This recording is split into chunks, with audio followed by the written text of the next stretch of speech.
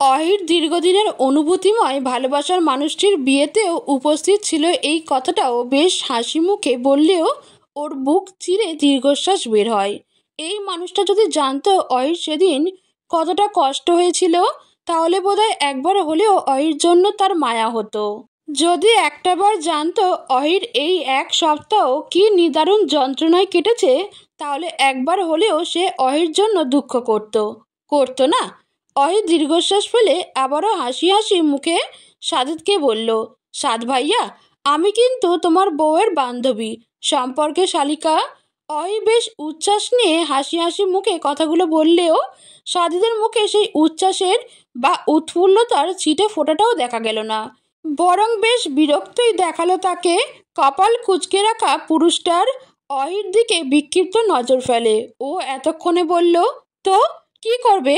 অহি যতটা উৎফুল্ল হয়ে কথাটা বলেছিল, এবার ততটাই নিবু নিবু হয়ে এলো ওর মুখটা। সাজিদ এহসান এমন কেন? আশ্চর্য, শুরু থেকে দেখে আসছে কেবল রাগ আর বিরক্ত এই ছেলেটার। অহি ছোট্ট শ্বাস ফেলে বলল, তোমার বিয়েতে দাওয়াত দাওনি কেন আমাদের? উত্তর সাজিদ দিতে লাগলেও মাঝখানে উত্তরটা দিল আবিদ। দাঁত কেলিয়ে হেসে বলল, বিয়ে করার সুযোগ হোক ওর, দাওয়াতটা তুই পাবি সর্বপ্রথম, আই বুড়ি।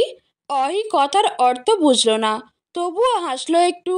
তারপর তার সাদাব আঙ্কেলের সাথে কয়েকটা কথা বলে সে চলে যেতে নিতেই দেখল দরজায় অহন। হাত পায়ের অবস্থা দেখে বোঝা যাচ্ছে ইতিমধ্যেই হাত পা ছিলে এসেছে। কপালের ডান কিনারায় ছোটোখাটো ব্যান্ডেজ। অহি ছোট ছোট চোখে তাকিয়ে থাকতেই তাসিন ঢুকলো অহনকে নিয়ে। অহিকে দেখেই তাসিন হাঁপ ছেড়ে বাঁচল যেন। বলল, তোর ভাই সাইকেল চালাতে গিয়ে রাস্তায় চিৎপটাং হয়ে পড়ে এসেছে রে, দেখ হাত পায়ের কি অবস্থা করেছে। অহি চোখ ছোট ছোট করে তাকিয়ে থাকলো। অহন ততক্ষণে দাঁত কেলিয়ে হেসে জবাব দিল, কিছু হয়নি দুলা ভাই, তুমি তো ছিলেই। সাজিদ এবারে ভ্রু কুঁচকে নিল। অহনকে সে এর আগে দেখেনি, দেখার সুযোগ হয়নি, তবে শুনেছে আবির আঙ্কেলের একটা ছেলেও আছে। কিন্তু সমস্যা তাতে না, তার সমস্যা হলো সেদিনকার ছেলেটা যে অহির শ্বাসকষ্টের সময় পাশেই বসেছিল, কোলে নিতে চেয়েছিল সে। তাকে অহন এইমাত্র দুলাভাই সম্বোধন করলো। কেন, কোন প্রয়োজনে এই সম্বোধনটা ও ওই ছেলেকে করবে? সাজিদ বুঝে ওঠে না, তবে রাগ লাগছে তার, স্পষ্ট রাগ। জেদ ফুটে উঠেছে চোখ মুখে। অহি সে রাগ জেদ কিছুই খেয়াল করলো না, সোজা অহনের সামনে গেল, ছোট গলায় বলল, অহন রুমে যা, আমি আসছি। অহন রুমে গেল না, বরং গোল গোল চোখে সোফায় বসে থাকা দুইজন একই রকমের পুরুষকে দেখতে পেয়ে সে দাঁত কেলিয়ে বলল, হাই, তোমরা কি টুইন ব্রাদার্স ব্রো? জানো আজকে আমি সাইকেল অ্যাক্সিডেন্ট কেন করলাম? তোমাদের মতো দুটো টুইন গার্ল দেখে ক্রাশ খেয়ে তাদের দিকে তাকাতে তাকাতেই যাচ্ছিলাম, অতঃপর পড়ে গেলাম। দুর্ভাগ্য, কি ভীষণ দুর্ভাগ্য আমার। অহনের এতগুলো কথা শুনে আবিদ হেসে উঠল। হেসে বলল, তাই নাকি? Very very bad luck. অহন এবারে সাজিদ আবিদের মাঝখানেই বসলো। ততক্ষণে ছুটি এলো। ছেলেকে এই অবস্থায় দেখে কান মুলে নিয়ে গেল রুমে। অহন এবারে নবম শ্রেণীতে পড়ে, অথচ বোধজ্ঞান তার এমন যেন ও ক্লাস 1-এর একটা বাচ্চা। বেচারা ছুটি ছেলেকে চেয়েও বুঝাতে পারে না যেন। অহি ওখানেই থাকলো। তাসিন চলে যেতে লাগলো শান্ত স্বরে। চলে যাচ্ছিস কেন? বস, রিদি আপু সম্ভবত আসবে একটু পর, আপুর সাথে একসাথেই যাস, বস এখন। তাসিন না করে যেতে নিলে অহি আবারও বলল, আরে বস না, আম্মু শুনলে রাগ করবে। সাজিদ শান্ত শীতল চাহনিতে কেবল পরখ করছিল দুইজনকে।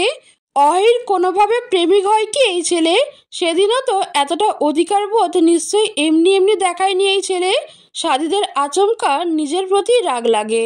যদি অহির সত্যি সত্যি কোনো প্রেম হয়ে থাকে, সত্যি সত্যি কোনো প্রেমিক থেকে থাকে, এতগুলো বছর নিশ্চয়ই অহি তাকে মনে রেখে একা একা বসে থাকেনি। নিশ্চয়ই তার কথা ভেবে সে প্রেম থেকে দূরে থাকেনি। নিশ্চয়ই নির্দিষ্ট একটা বয়সের পর সবার জীবনে যেমন প্রেম আসে, তেমন অহির জীবনেও প্রেম এসেছে। সাজিদ আর ভাবতে পারে না। মুখ চোখ কেমন লাল হয়ে ওঠে তার। আচমকাই অহির দিকে তাকিয়ে অহিকে বলল, আমার তোর সাথে কিছু কথা আছে অহি। অহি তাকালো দ্রুতই, বলল, হ্যাঁ বলো সাদ ভাইয়া। সাদিত মুখ চোখ অসম্ভব শক্ত রেখেই বলল, এখানে নয়। অই আশপাশ তাকালো, মিনমিনে স্বরে বলল, আলাদা বলবে? সবার সামনে বলার হলে তো আমি তোকে এটা বলতাম না যে আমার তোর সাথে কথা আছে, সরাসরি বলে ফেলতাম, তাই না? অই ছোট্ট শ্বাস ফেলে।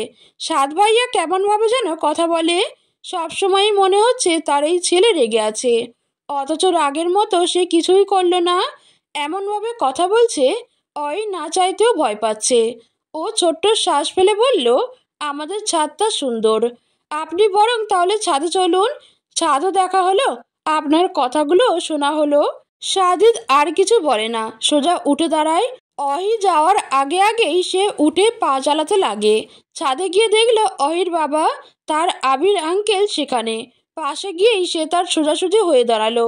প্রশ্ন ছুড়ল, একটু বেশি ভাব নিচ্ছেন না আঙ্কেল? মেয়ে দিতে রাজি নন কেন আপনি? আমাকে অযোগ্য মনে হচ্ছে আপনার? একটা পুতুলের মতো মেয়ে আছে বলে আপনার এত অহংকার? সে ছোট থেকে দেখে আসছি কেবল এই অহংকার।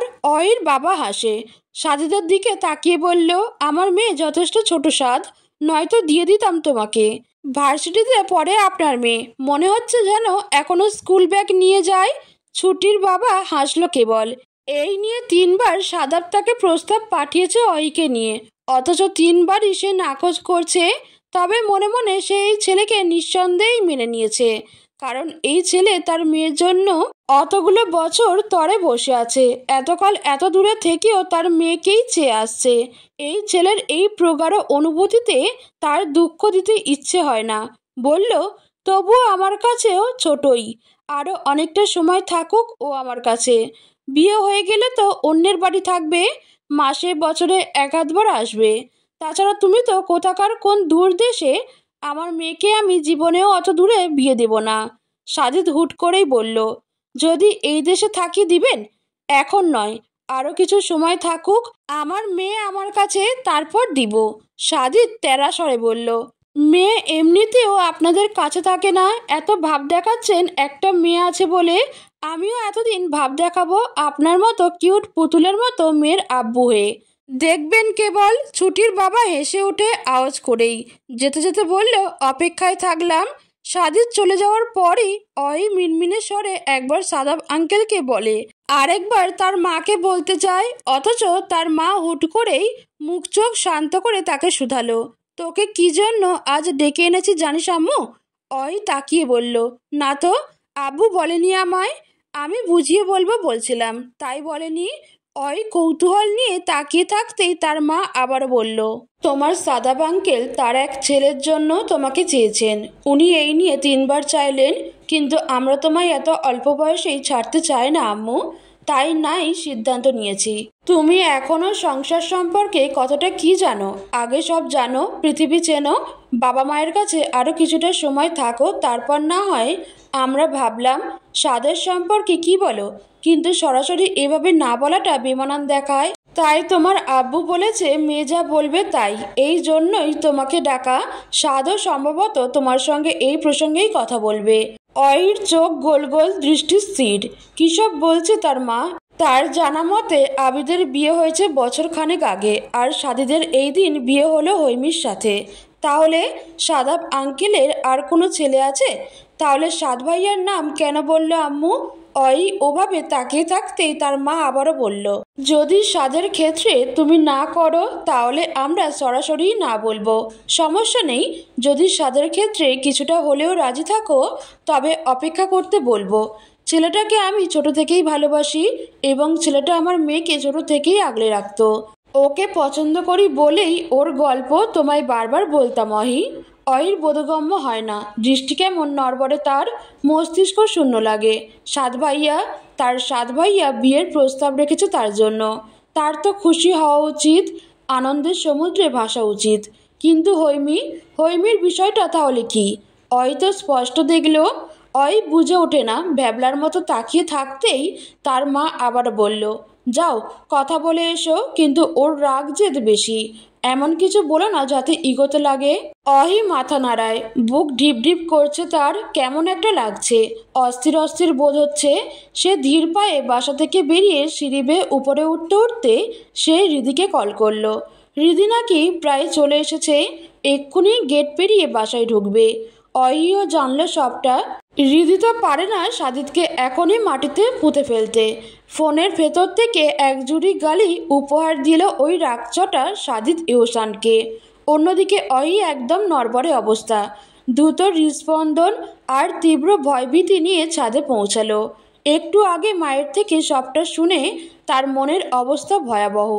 অনেক প্রশ্ন, অনেক আনন্দ, কৌতূহল, সব মিলে তার মিশ্র অনুভূতি হচ্ছে। এই অনুভূতি কিভাবে প্রকাশ করা উচিত তাও বুঝে ওঠে না অহি। তবে মাথায় ওড়না চাপিয়ে ও সাজিদের পেছনে গিয়ে দাঁড়ালো ধীর ভঙ্গিতে।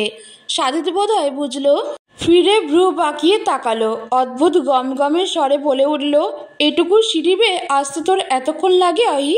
অহি উত্তর করে না, নীরব চাউনি ফেলে তাকায় সাজিদের মুখে। সাজিদ উত্তর না পেয়ে ভ্রু নাচিয়ে বলল, ছেলেটা কে? অহি এবার তোতলায়, বুকের ভেতর দ্রুত ছুটতে হৃৎপিণ্ড। নিজের মনের বেহাল অবস্থা নিয়ে সে কোনোভাবে বলল, কোন ছেলে? সেই ছেলেটা যে তোর ভাইকে নিয়ে এলো। কে ও? তোর প্রেমিক? স্পষ্ট প্রশ্ন, অথচ অহি স্পষ্ট উত্তর করতে পারে না। ছোটকালের মতো ভীতুর মতো বলে, তাসিন? না, ও আমার প্রেমী। ঠিক তখনই ছাদের দরজা ঠেলে সামনে এলো রিদি। সাজিদের বলা কথাটা সে শুনেছে সিঁড়ি বেয়ে ওঠার পর, অতঃপর সুযোগ পেয়ে সে সুযোগ ছাড়ল না। বলে উঠল, তাসিন অহির বয়ফ্রেন্ড। কেন? সবাই তো জানে, আপনি জানেন না? অহির নজরটা এবার ফ্যাল হয়ে এলো। রিদি আপু এটা কি বলল? কেন বলল? সাজিদ কেবল ক্ষিপ্ত চাউনিতে তাকালো অহির দিকে। রিদি আবারও অহির হাত উঁচিয়ে ধরল, অনামিকা আঙুলের থাকা রিংটা দেখিয়ে বলে উঠল, এই দেখুন, এটা তাসিনের দেওয়া। ওরা অলরেডি এঙ্গেজড। ও সাজিদ ভ্রু কুঁচকে তাকালো, মেজাজ খারাপ লাগে। বিড়বিড় করে নিজের দাঁত চেপে শুধালো, এঙ্গেজড? সাজিদের বিড়বিড় করে বলা কথা কারো বোধগম্য হলো না। সে অয়কে বলল, তোকে বলেছিলাম আমি আলাদা কথা বলতে চাই। আলাদা? অয় চোখ ছোট ছোট করে রিদির দিকে চাইল, মিনমিন করে দ্রুত বলল, রিদি আপু তুমি কি একটু নিচে যাবে? আমি এক্ষুনি আসছি। রিদি মাথা নাড়িয়ে চলে গেল। অহি এবারে ছোট শ্বাস ফেলল। সাজিদের তখনও তির্যক দৃষ্টি অহির দিকে। বুকে হাত গুজে সে ভ্রু নাচিয়ে বলল, তুই এঙ্গেজড? অহি দ্রুত বলার চেষ্টা করলো, ও হু না। শক্ত স্পষ্ট স্বরে প্রশ্ন এলো, হ্যাঁ নাকি না? অহির তোতলানো স্বর, না না সাদ ভাইয়া। রিংটা কে পরিয়েছে? তোর ওই তাসিন? না। ভালোবাসিস ওকে? না। সাজিদ তখনও স্পষ্ট তির্যক চাহনিতে তাকিয়ে আছে। এবারে বলল, তাহলে চল বিয়েটা করে নিই। আমি এত দুশ্চিন্তা নিয়ে বাঁচতে পারবো না। অহি তাকালো, তার মা বাবার মতের উপর গিয়ে সে বিয়ে করে ফেলবে। তাছাড়া হৈমির বিষয়টাও তো স্পষ্ট নয়। অহির মনে অনেক প্রশ্ন। তাই তো ছোট্ট শ্বাস ফেলে জানালো, আমি বিয়েটা করছি না সাদ ভাইয়া। সাদ ভ্রু বাঁকিয়েই তাকায়। এভাবে মুখের উপর তাকে অহির বাবার মতো অহিও না করে দিবে তা যেন মানতে পারল না ও। মুখ চোখ লাল হয়ে ওঠে, ফর্সা নাকের অগ্রভাগ লাল টকটকে লাগে। রাগের দরুন ফুঁসে উঠল ও। আচমকা অহির হাতটা চেপে ধরল, ভ্রু নাচিয়ে বলল, ওয়াই? আমি দেখতে খারাপ? আমার কোয়ালিফিকেশন নেই? আমায় সাজিদ ইহসানকে রিজেক্ট করার সাহস কি করে হলো তোর অহি? অহি ভয়ে কেঁপে উঠল কেমন। বলল, আমি আপনাকে রিজেক্ট করছি না সাদ ভাইয়া। সাজিদ ওর হাতটা শক্ত করেই ধরল। হাতের আঙুলগুলো নিজের হাতের আঙুলে চেপে ধরে অপর হাতে আচমকা ওর অনামিকা আঙুলের রিংটা খুলে নিয়ে ছুঁড়ে মারল ছাদের বাইরে। অতঃপর সে একই আঙুলেই নিজের পকেট থেকে বের করে একটা রিং পরাতে বলল, ইয়েস, তুই আমায় রিজেক্ট করতে পারবি না অহি। হয় আমি, নয় সে আমি।